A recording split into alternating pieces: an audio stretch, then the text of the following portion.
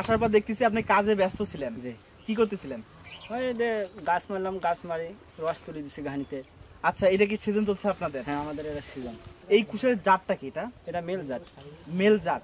এটার মেল তো মানে এটা একটা সচরাচর আঞ্চলিক নাম।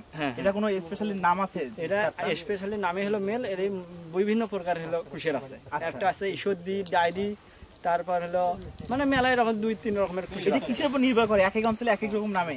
হ্যাঁ হ্যাঁ হ্যাঁ। আচ্ছা, মেল জাতীয়টা প্রায় অঞ্চলে এটা ব্যবহার করে। আচ্ছা, এইটা কি শুধুমাত্র গুড়ের জন্যই কি? হ্যাঁ, গুড়ের জন্য। আমরা নরমালি যে আখটা খাই এটা তো এইভাবে খাওয়ানো যায় না, না? না।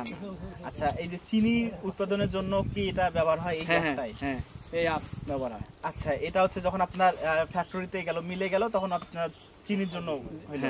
আর আপনারা এটা মারাই করে? আমরা মারাই করে এখানে বিক্রি করে বাজারে নিয়ে যাও, ওই ওখান থেকে নিয়ে যায় ব্যাপারীদের। এই আখটা কখন লাগাতে হয়?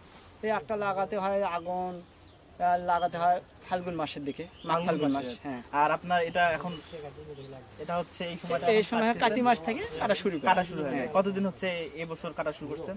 আমার কাটা শুরু হচ্ছে মাসখানেক হচ্ছে। আপনার কি শেষের দিকে? আমরা আগুন মাস থেকে আগুন মাস থেকে আমরা ধরছি কুশে কাটা। আমরা আগে থেকে কেউ কার্তিক মাস থেকে ধরছে কুশে কাটা। আচ্ছা, মোটামুটি তো আপনাদের এই অঞ্চলে তো কম বেশি সবাই এই কাজে সম্পৃক্ত। ধান আপনারা কম আবাদ করেন? ধান আবাদ করি, ধান সীমিত আবাদ করি, ধানও বেশি আবাদ করি। আমরা কুশের বেশি মতো আবাদ করি। কুশেরটা বেশি মতো।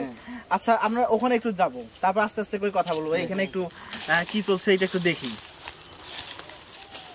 এখানে তো সেই জালটা দেওয়া হচ্ছে। কতক্ষণ জাল দিতে হয় এখানে? আমাদের জাল দিতে হয় প্রায় 3 ঘন্টার মধ্যে। 3 ঘন্টা পর্যন্ত জালে দিতে হবে? হ্যাঁ, 3 ঘন্টা। আচ্ছা, এইটা এখন কতক্ষণ হচ্ছে জাল দেওয়া এই অবস্থায়? এই অবস্থায় হচ্ছে প্রায় 1.5 ঘন্টা এরকম হচ্ছে। 1.5 ঘন্টা? কেমন আছেন আপনি? ভালো আছি। আচ্ছা, কি হয়নি আপনার? ভাবি হচ্ছে। তো আপনার পরিবার সবাই মিলে এই কাজের সঙ্গে সম্পৃক্ত? হ্যাঁ। তো ভাবি, কেমন লাগে এই কাজটা করতে? আমাদেরকে এই কাজটা করতে আমাদেরকে আনন্দই লাগে। আনন্দ লাগে? আমরা যদি কাল ভাত না খেতে পাই তবু আমাদের এই কাজটা করতে হয়। আচ্ছা, শুধু কি আপনারা এই যে কুশারে করেন নাকি পাশাপাশি অন্য কিছু করেন? কুশে, ধান, পাট, অনেক বেগুন সব কিছুই আবাদ। কিন্তু আপনাদের মূল ফসল হিসাবে আমরা মূল ফসল হিসাবে বেগুন, কলা আবাদ করি, কুশের আবাদ করি। এটা হলো বছরকার কলা, কুশের আমাদের। আচ্ছা, এইটা হচ্ছে কতক্ষণ বলেন জাল হচ্ছে? জাল হচ্ছে আমাদের প্রায় 1.5-2 ঘন্টার মতো নেই। 1.5-2 ঘন্টা। আরো কতক্ষণ দিতে হবে? আরো 1-8 ঘন্টা এরকম। এটা কিভাবে বুঝবো যে জাল দেওয়া আমাদের পরিপক্ক হয়ে গেছে? এটা বোঝার উপায়টা? হ্যাঁ, যাবে এই যে ঘানি জাল দিতে দিতে আস্তে আস্তে রসটা কমে আসবে। হ্যাঁ। আচ্ছা, এর আগের ধাপটা কি করতে হয়? এর আগের ধাপটা মারাই করতে হয়? হ্যাঁ, মারাই করে ওখানে দিতে হয়। মারাই তো এখানেই করেন নাকি ভাই? এই সেই মেশিন নাকি? আচ্ছা, এই মেশিনেই হচ্ছে মারাই না অন্য? এই মেশিন দিয়ে আমরা মারাই করি ভাই, এই মেশিনে। আচ্ছা, দৈনিক কি পরিমাণ বেন, কত বিঘা জমি পর্যন্ত আখ মারাই করা যায় ভাই? যায়, এটা অনেক কয়েক বিঘে মারা যায়, ঘন্টায় 10টা-12টা এরকম ঘানি মারা যায়। আচ্ছা, এটা কি শুধু আপনার জন্যই না কম বেশি? আমাদের সবাই, যদি কেউ আমরাও কাটবো কুশে কাটতে পারে। কম বেশি তো সব বাড়িতে আছে? না না না, সব বাড়িতে নেই। সব বাড়িতে নেই। যারা কুশের আবাদ করে তারা বড় বড় মানে গৃহস্থগুলো এরকম কিনছে। আচ্ছা, এটা মূলত জ্বালানিটা কি? এই যে আপনার শ্যালো দিয়েই তো চলে? হ্যাঁ, শ্যালো দিয়ে চলে। এটা কি কারেন্ট দিয়ে চালানোর কোনো উপায়? কারেন্ট দিয়ে ভাই চলার উপায়, মরার যখন কারেন্ট আমরা নাগাবো, কারেন্ট থাকে না। হ্যাঁ, সমস্যা হয়ে যায়। সমস্যা। আর আপনার তো আমাদের রসটা নষ্ট হয়ে যাবে, ওখানে জাগ আসবে, মানে এর মতন মোল যেরকম মদ পাকা ওই রকম গন্ধ দেবে, দুর্গন্ধ। আচ্ছা, আর বেশিরভাগ আমি দেখলাম যে আপনারা এই কাজটা হচ্ছে জমির মানে যে জায়গায় জমিতে আপনারা কুশে আবাদ করছেন তার পাশে এই কাজটা করতেছেন। তো এই যে লাইন টানাটানির একটা বিষয় থেকে যায়, তো সেক্ষেত্রে হচ্ছে আমরা মেশিন এই মেশিনটার খরচ কিরকম পড়ে ভাই? এই মেশিনটা এখন কিনতে গেলে এখন ধরো 50,000 টাকা লাগবে। নতুন আমাকে এখন প্রক্রিয়াটা বলেন যে কুশারটা নিয়ে আসলেন জমি থেকে, জমিতে কতদিন থাকবে এই কুশার? জমিতে থাকবে ভাই ধরো 4 মাস এরকম থাকবে। জমিতে রোপণ থেকে যখন আপনি রোপণ করলেন? রোপণ করা থাকে আমার প্রায় বছরখানেকের মতো। ওখান থেকে আপনার যখন পরিপক্ক হয়ে গেছে ওখান থেকে আপনার মারাই করেন। এই মারাই করার পর এইটা কতক্ষণ পর্যন্ত রাখতে হয় এই রসটা? এই রসটা হলো যখন রসটা বের হয়ে গেল আধা ঘন্টা এরকম রাখা যায়। তারপর কি নষ্ট হয়ে যায়? নষ্ট হবে মানে রসটা গন্ধ ধরবে, ওটার সঙ্গে গুড়টা সমস্যা হবে, কালচা হয়ে যাবে, মানে গুড়টা তো যাবে না।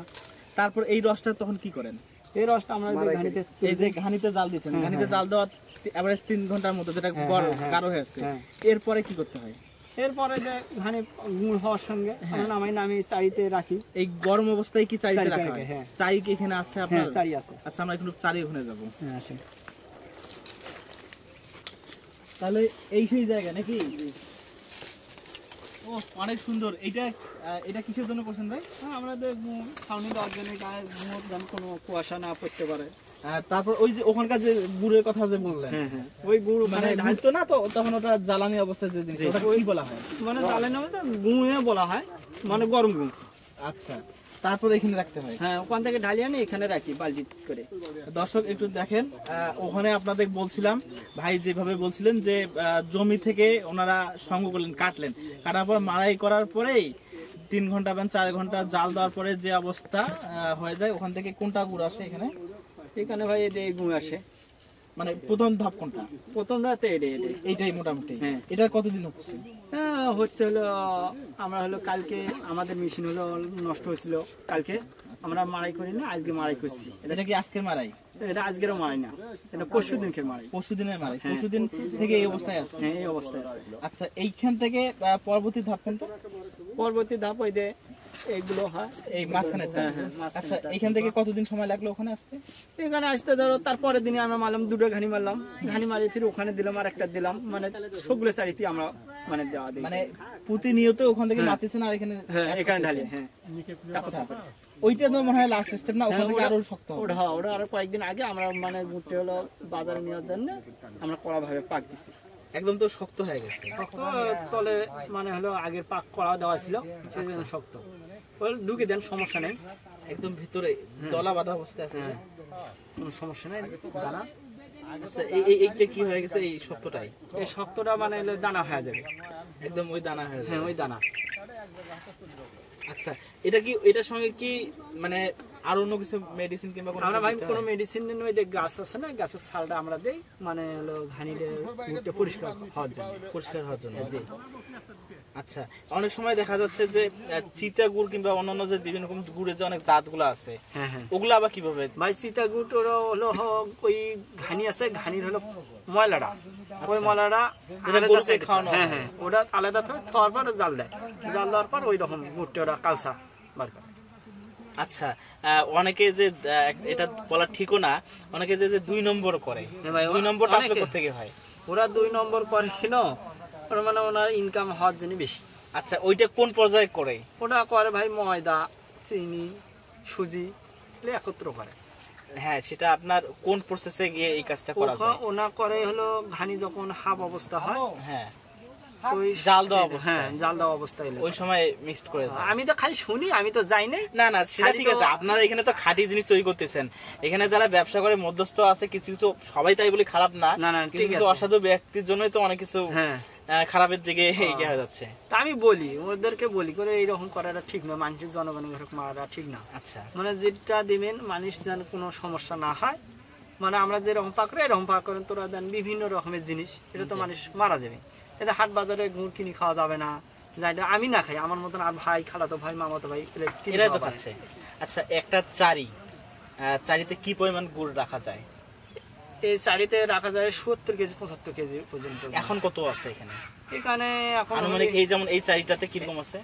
এখানে হবে নাহলে 30-35 কেজি, 30 থেকে 35 কেজি। 30 কেজি, হ্যাঁ, এখানে 30 কেজি মতন হবে। আচ্ছা, যত গুড়টা যে জমাট বাঁধে তখন তো ওয়েটটা বাড়ে যাচ্ছে, তারপর এটা নিচে যেমন তলানি হচ্ছে, এটার উপর তো আরেকটা প্রলেপ দিবেন, হ্যাঁ হ্যাঁ, তখন প্রতিনিয়ত ওইটাই আমরা ওই ঘানিটা নামাবো, ওই ঘানিটা এটার উপর মারি আবার দিবেন, কোনো সমস্যা হবে না? না, কোনো সমস্যা হবে না। আচ্ছা, এই প্রক্রিয়া একদম আপনার কাটা থেকে এই প্রক্রিয়া একদম ফাইনাল প্রক্রিয়া পর্যন্ত যেতে কতদিন সময় লাগে? ফাইনাল বেশি না, আমরা যদি আজকে 2টা ঘানি মারলাম হয়, আমার এই 8টা সারি একটা মেকআপ হয় না, মেকআপ হয়ে যেত। তাহলে একটাতে হচ্ছে এভারেজ 70 কেজি, একটা হ্যাঁ, একটাতে ধরো 1 ঘানি করি।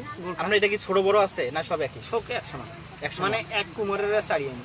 আচ্ছা, চারি তো ছোট বড় আছে? হ্যাঁ, চারি ছোট বড় আছে। আমরা যদি এক কুমোর থাকি, যদি অন্য কুমোর কাছ থেকে আনি, এই কুমেরের কাছ থেকে ওই কুমেরের কাছ থেকে, ওই কুমেরের চারি পাওয়া যাচ্ছে, এই কুমেরের বড়। সেই জন্য আমরা যখন এক কুমেরের চারিগুলো আনি, এঙ্গে 20টা চারি, কেন ওই এঙ্গে চারি আনি, দত 20টা করে চারি এক কুমেরের কাছ থেকে আনি। তো এক কুমারের কাছ থেকে তো চারিগুলো নিয়ে আসেন, চারিগুলোর প্রাইস কেমন পড়ে? চারিগুলো আমাদের পরে হলো 12 কেজি, এরকম আমাদের গুণ হয় হলো 70 কেজি, তার মধ্যে 40 কেজি হলে মনকে আমার 12 কেজি করে বাদ দেয় চারি।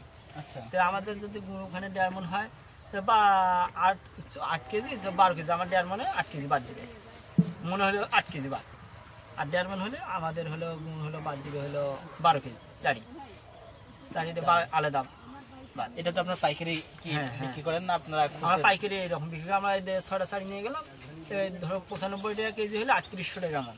আমাদের প্রায় শাড়িগুলো আসবে 6 শাড়িতে 32,000 33,000। এই 6টা বলতে কি এখানে কয়টা চারি আছে? 8টা আছে। হ্যাঁ, 3 3 6 7 8টা। 8টাতে এখানে আনুমানিক কিরকম আসতে পারে? নিম্ন আসতে পারে 33,000 32,000। হ্যাঁ, একটা করে চারি আপনার পাইকারি কিরকম? 5,000 করে। 5,000। 5,000 তাহলে কেজি খুচরা আপনাদের কিরকম পড়তেছে? আমার খুচরা যদি আমাদের কেজিতে হচ্ছে আমাদের যদি 90 টাকা করে দেই, আমাদের আরো 35 টাকা করে কেজি হচ্ছে, আমাদের 3500 টাকা মন হচ্ছে, আমাদের আরো কম আসতেছে। আপনাদের আর 95 টাকা কেজি হলে আমাদের মন আসতেছে 3800 টাকা। আপনার এক কথায় 3500 থেকে 3800 টাকার মধ্যে আপনারা পাইকারি গুলো বিক্রি করেন।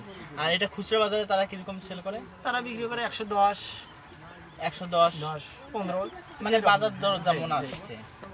আপনারা খুচরা বিক্রি করেন না? না, আমরা খুচরা বিক্রি করি। কেন? আমাদের খুচরা বিক্রি করে আমরা যে শাড়ি মুখ মারতে পারি না, আমাদের সমস্যা হয়ে যায়।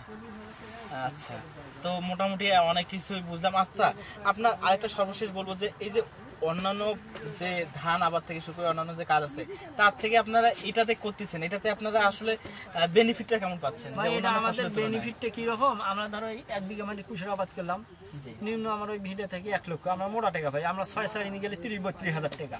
আর আমরা যখন ধান আবাদ করবো, ধানের তো পরিশ্রম অনেক করবে নাকি। হ্যাঁ, এই ধান যদি আমরা 20 মন বিকাই 30 মন বিকাই, ওই একটুগুলো টাকায় পাই না।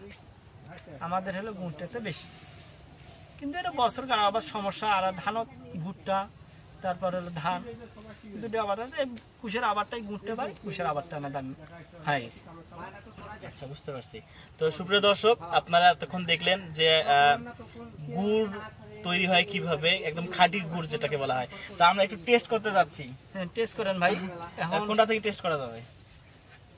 টেস্ট করেন যেটা ভালো, ওই সাইডে দেখেন, ওই ওই। আচ্ছা, তো দর্শক আমরা একটু টেস্ট করব এখান থেকে নাকি? গাড়ি দেন একবার, গাড়ি দেন, সমস্যা নেই, গাড়ি দেন। এইটাই নাকি? হ্যাঁ হ্যাঁ, দেখেন একদম টেস্ট করে দেখি।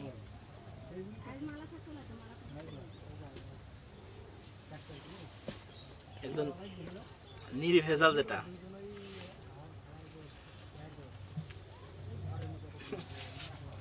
আচ্ছা ভাই, হ্যাঁ, একটা বিষয়, স্বাদ মিষ্টির পরিমাণ বাড়ানোর জন্য কি কোনো স্পেশালি কিছু দিতে হয়? ভাই মিষ্টি বাড়ানোর জন্য কি, এটা আমরা কেউ বাড়ায়, যদি ওই 1 ঘানি দিছে, ওই ঘানিটা যদি 2.5 মন গুণ বাড়াবো, 2 মন গুণ, ওই তো অন্য জিনিসগুলো ব্যবহার করে। আচ্ছা, আর আমরা চিনিটা দেই ভাই, এদের গুণগুলো আসছে না, এইটা একগুলো গুণ আসছে না, এই গুণগুলো দেওয়ার জন্য আমরা চিনি ব্যবহার করি, 2-3 কেটে মারি।